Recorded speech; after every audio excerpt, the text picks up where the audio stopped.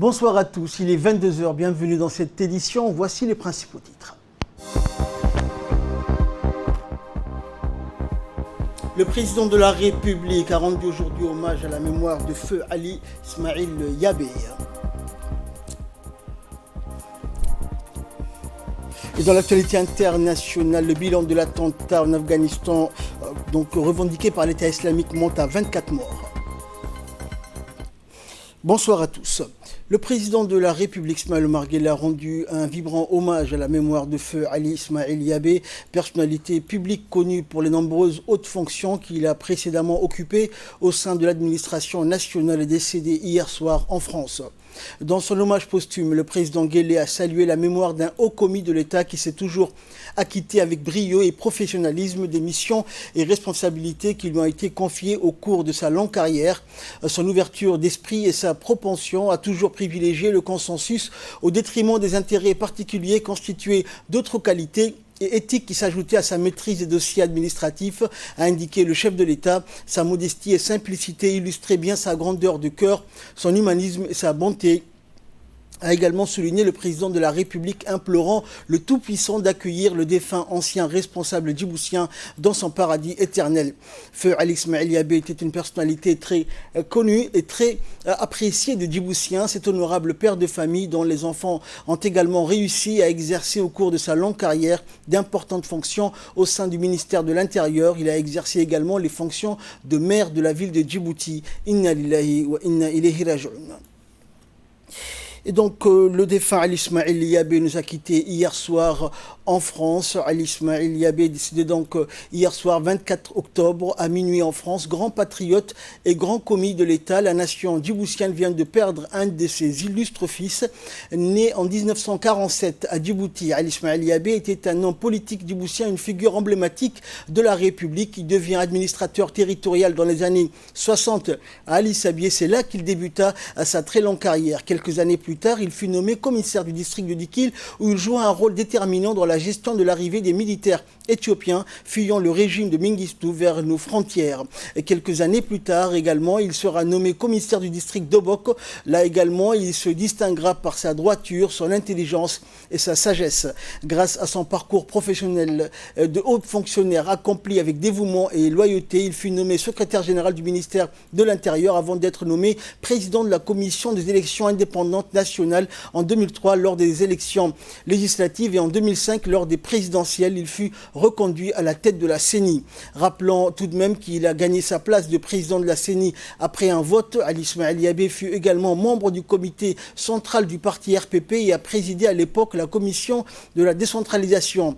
En 2006, le président de la République fait appel une fois de plus à ses services pour conduire la liste du parti RPP aux élections municipales et communales de 2006 face à plusieurs partis politiques et plusieurs listes des mouvements de la société civile tels que le mouvement citoyen. Il faut reconnaître que le défunt Ali Ismail Yabé a mené et dirigé la bataille de ces élections avec habileté, cohésion et ardeur. Il a gagné ces élections municipales de 2006 avec une écrasante victoire. Il fut investi ainsi que tous les élus de l'époque qu'il accompagnait quelque temps après au Palais du Peuple par le président de la République. L'installation officielle en 2008 du premier maire Ali Ismail Yabé de la ville de Djibouti fut organisée dans une ambiance très festive et devant tous les hauts dignitaires du pays et des représentations diplomatiques résidant à Djibouti. En tant que maire, il conjuguait un pragmatisme dans les moyens avec une intransigeance dans les objectifs. Doté d'une personnalité exceptionnelle, sa méthode fut celle du dialogue, du compromis. Ce fut donc une grande figure de notre République. Il restera un exemple de droiture, d'intelligence et d'ardeur, militant pour la décolonisation, puis pour la décentralisation. Citoyen du monde, il était aussi devenu un pionnier de la bonne gouvernance et de la démocratie. Et donc nous adressons nos sincères condoléances les plus attristées à la famille et aux proches du défunt et prions Allah Tout-Puissant d'avoir pitié de son âme et de l'accueillir en son paradis éternel. Inna lillahi wa inna ilayhi raji'un. Dans l'actualité également, le Premier ministre Abdelkader Kamel Mohamed a présidé ce matin au Palais du Peuple une réunion du comité d'endettement afin de mieux tracer les grandes lignes d'une stratégie nationale d'endettement public. Il s'agit là d'une tâche assez ardue qui nécessite la mobilisation et l'engagement de tous les acteurs concernés autour d'un large consensus qu'est la politique nationale d'endettement. Ce comité d'endettement a été créé par décret présidentiel le 22 avril 2019 et s'inscrit dans le cadre des mesures de réforme conduites par le gouvernement visant à assurer une meilleure maîtrise de la dette public. Et cet organe a ainsi en charge l'élaboration, la coordination, la mise en œuvre et le suivi de la politique nationale d'endettement public. Les principales missions de ce comité consistent à la coordination et le contrôle de toutes les actions et initiatives liées à la dette publique, et ce, en veillant à la mise en œuvre de la stratégie de gestion de la dette publique et des objectifs du gouvernement en matière de soutenabilité des finances publiques et de la dette publique. C'est pourquoi, en décidant de se doter d'une stratégie nationale d'endettement public, la République de Djibouti pourra assurer la viabilité de la dette compte tenu du risque élevé de surendettement, mais aussi en adoptant une loi sur la dette publique et en instaurant un ancrage explicite de la dette sous forme d'un ratio dette publique PIB. La Chambre de commerce de Djibouti a reçu aujourd'hui la visite d'une mission commerciale de la Fédération de Russie, notamment de la ville de Saint-Pétersbourg. La délégation conduite par l'ambassadeur de Djibouti en Russie, Mohamed Ali Kamil, a été reçue par le président de la Chambre de commerce de Djibouti, Youssouf Moussa Dawalé, ainsi que par le bureau de cette institution et le haut cadre de la Chambre de commerce. Et le président de la Chambre de commerce de Djibouti, Youssouf Moussa Dawalé, a souhaité la bienvenue à la délégation d'hommes d'affaires russes et il a rappelé la place de Djibouti qui est située, a-t-il ajouté, sur la route maritime la plus fréquentée pour le transport des marchandises grâce à ses infrastructures portuaires et à ses zones franches. Et dans son intervention, le président de la Chambre de commerce de Djibouti s'est réjoui des relations commerciales entre les communautés des affaires de la Russie et de Djibouti et confirme l'engagement en tant qu'institution représentant le secteur privé djiboutien. On l'écoute. La visite de ces délégations d'affaires conduite par son Excellence Dr Mohamed Ali Kamil, ambassadeur de la République de Djibouti en Russie, et M. Roslan Marc, qui n'est pas un inconnu à Djibouti, qui est venu à plusieurs reprises à Djibouti,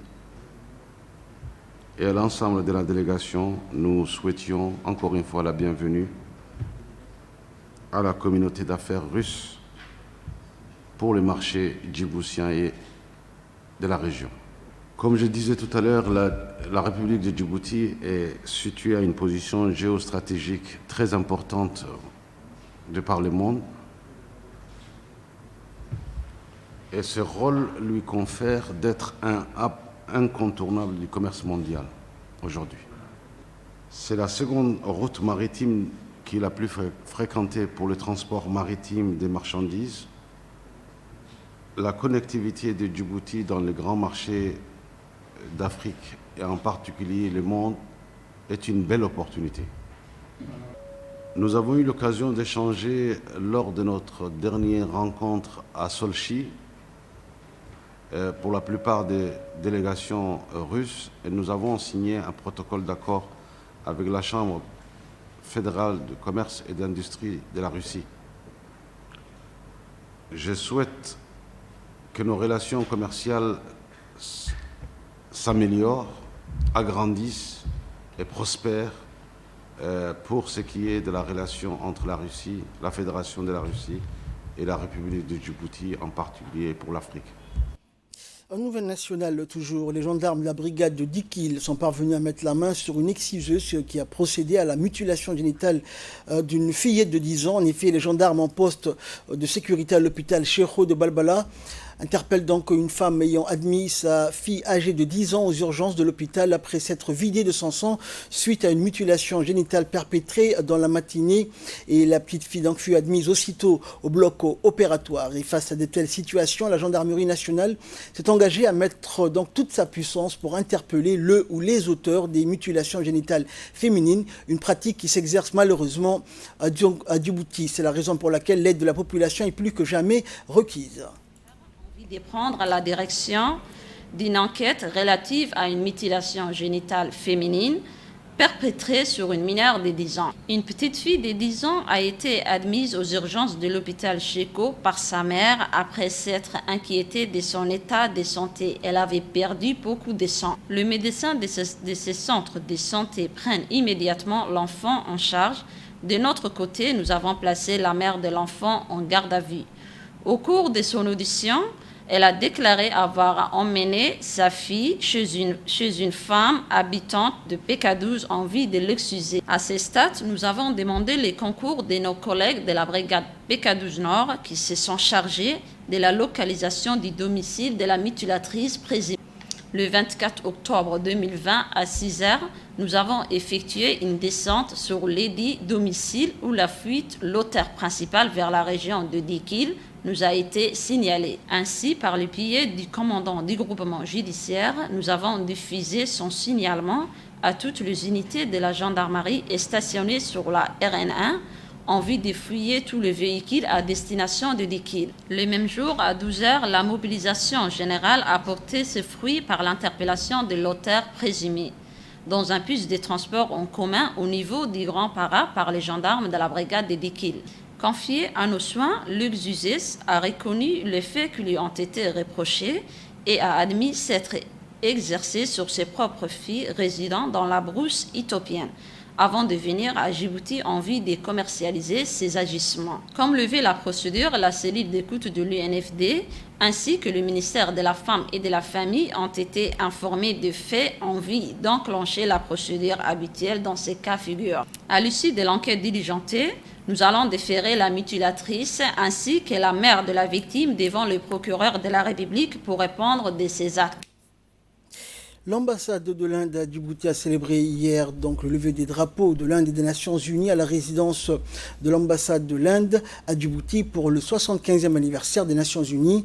La cérémonie a vu la participation de l'ambassadeur de l'Inde à Djibouti, Ashok Kumar, de la coordinatrice résidente des Nations Unies, Barbara Manzi, ainsi que du représentant de l'OMS à Djibouti, Dr Ahmed Zuiten. L'Inde considère que son appartenance aux Nations Unies est une garantie importante pour le maintien de la paix et de la sécurité internationale. C'est nous, c'est vous, c'est tout le monde. Et toute personne du monde est là pour fêter. C'est notre anniversaire commun. C'est vraiment un honneur d'être ici aussi parce que pour féliciter l'Inde comme membre du Conseil de sécurité pour les prochaines 2 années, c'est une opportunité d'un travail commun encore plus renforcé. Et c'est une occasion aussi pour fêter le fait que Djibouti a été, dès son premier moment, dès sa naissance, membre des Nations Unies.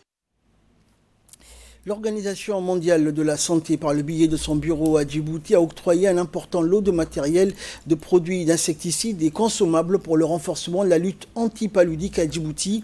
La réception de ce lot d'insecticides a été faite par le directeur de la CAM, la centrale d'achat de médicaments et matériel essentiel du ministère de la Santé, Dr Ahmed Hussein Miguel, en présence du représentant de l'OMS à Djibouti, Dr Ahmed Zuiten.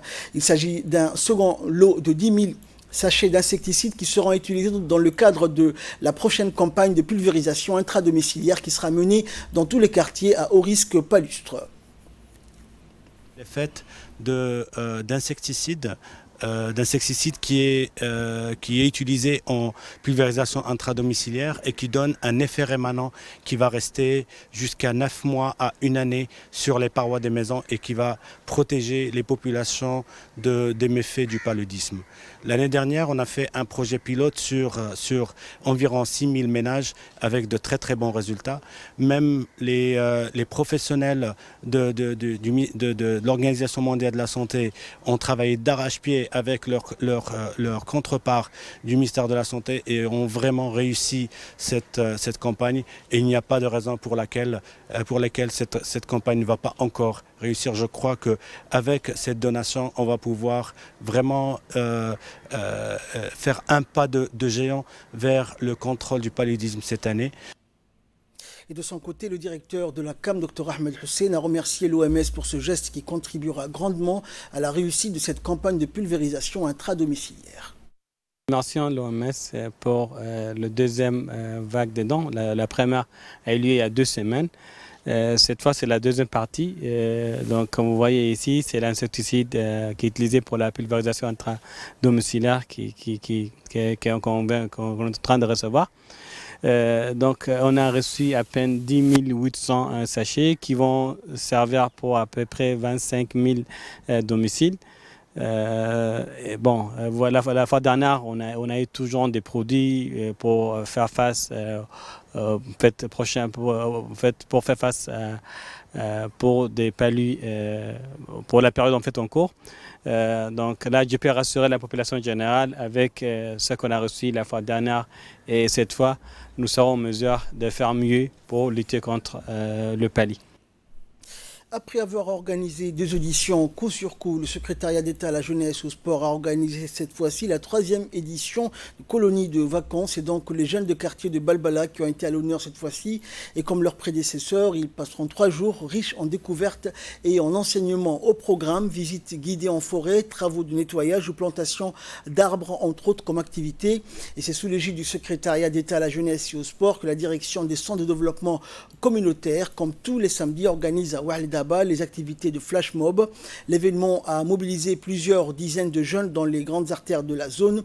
Le secrétaire d'État à la jeunesse et au sport, Hassan Mohamed Kamil, s'est déclaré enthousiaste de ce genre d'activité qui, selon lui, favorise l'entente et la cordialité entre les habitants des 3 communes de la capitale.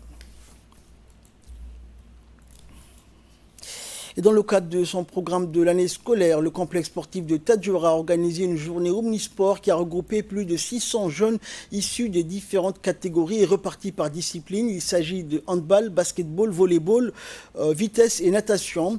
Cette journée omnisport du complexe sportif où les jeux collectifs étaient à l'honneur avait pour objectif de lutter contre la délinquance juvénile et décrochage scolaire également, permis aux jeunes de s'occuper pendant les vacances scolaires. Cette initiative s'inscrit dans le cadre des objectifs du secrétariat d'État à la jeunesse et au sport qui fait du civisme son cheval de bataille dans les perspectives de promouvoir la citoyenneté, la protection de l'environnement et l'amour de la patrie.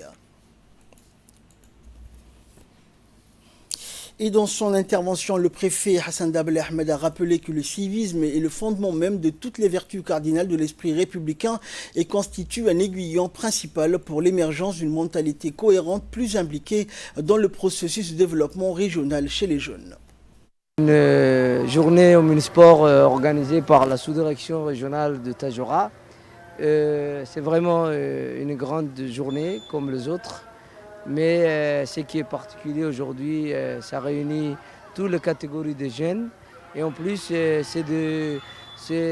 le ministère de l'Éducation et le ministère de la Jeunesse, cette journée omnisport. Donc il y a toutes les catégories de jeunes. Et aussi il y a des filles, des garçons, de toutes catégories, de toutes disciplines. Donc vraiment c'était un plaisir de participer à cette journée. Inch'Allah, la région de Tadjoura sera Inch'Allah à la hauteur d'organiser des tournois encore de cette ampleur. J'encourage les directions qui ont pu organiser et je les félicite. Et nous clôturons l'actualité nationale avec ce point de presse Covid-19 du ministère de la Santé. Alors le bilan de la journée du 25 octobre, la journée d'aujourd'hui. 4 patients déclarés guéris, 180 tests pratiqués, 6 cas positifs et 0 cas de décès. Le bilan hebdomadaire pour la semaine allant du 18 au 24 octobre 2020, 1752 tests réalisés, 77 cas diagnostiqués positifs, soit un taux de positivité des tests à 4,39%. 27 cas ont été déclarés guéris, aucun cas de décès notifié. Bilan global, 83 918 tests ont été réalisés depuis le début de la crise de la Covid-19 à Djibouti. 5 536 personnes ont été diagnostiquées positives à la Covid-19. 5 402 cas ont été déclarés guéris et toujours 61 décès dus à l'infection à la Covid-19 ont été enregistrés. Demeurons vigilants, respectant les gestes barrières, protégeons-nous les uns les autres. Actualité internationale à présent, en Afghanistan, le bilan de l'attentat suicide commis par l'État islamique hier à Kaboul est monté à 24 morts, a annoncé le gouvernement, alors que les forces spéciales afghanes ont tué un important dirigeant d'Al-Qaïda également recherché par les États-Unis. Et c'est un kamikaze hier qui s'était fait exploser dans l'allée menant à un centre éducatif de l'ouest de la capitale afghane alors qu'il avait été repéré par des gardes. L'attentat avait été revendiqué par l'État islamique sur ses comptes de réseaux sociaux. La Direction nationale de la sécurité a par ailleurs annoncé la mort d'Abu Muhsin al-Masri, un Égyptien considéré comme le numéro 2 d'Al-Qaïda dans le sous-continent indien. L'opération contre al-Masri intervient alors que des pourparlers de paix sont en cours au Qatar entre le gouvernement afghan et les talibans. Ces négociations ont été organisées après un accord conclu en février dernier entre les talibans et les États-Unis, dans le cadre duquel les miliciens afghans se sont engagés à ne pas permettre à des extrémistes étrangers d'être présents sur le territoire afghan. Et enfin, le traité international interdisant les armes nucléaires a été ratifié par un 50e pays, le Honduras, et il va pouvoir entrer en vigueur dans un délai de 90 jours. Le traité sur l'interdiction des armes nucléaires qui prohibe l'utilisation, le développement, la production, les essais, le stationnement, le stockage et la menace d'utilisation de telles armes avait été approuvé par l'Assemblée générale des Nations unies en juillet 2017 avec le soutien de 122 pays et il a désormais été signé par 84 pays.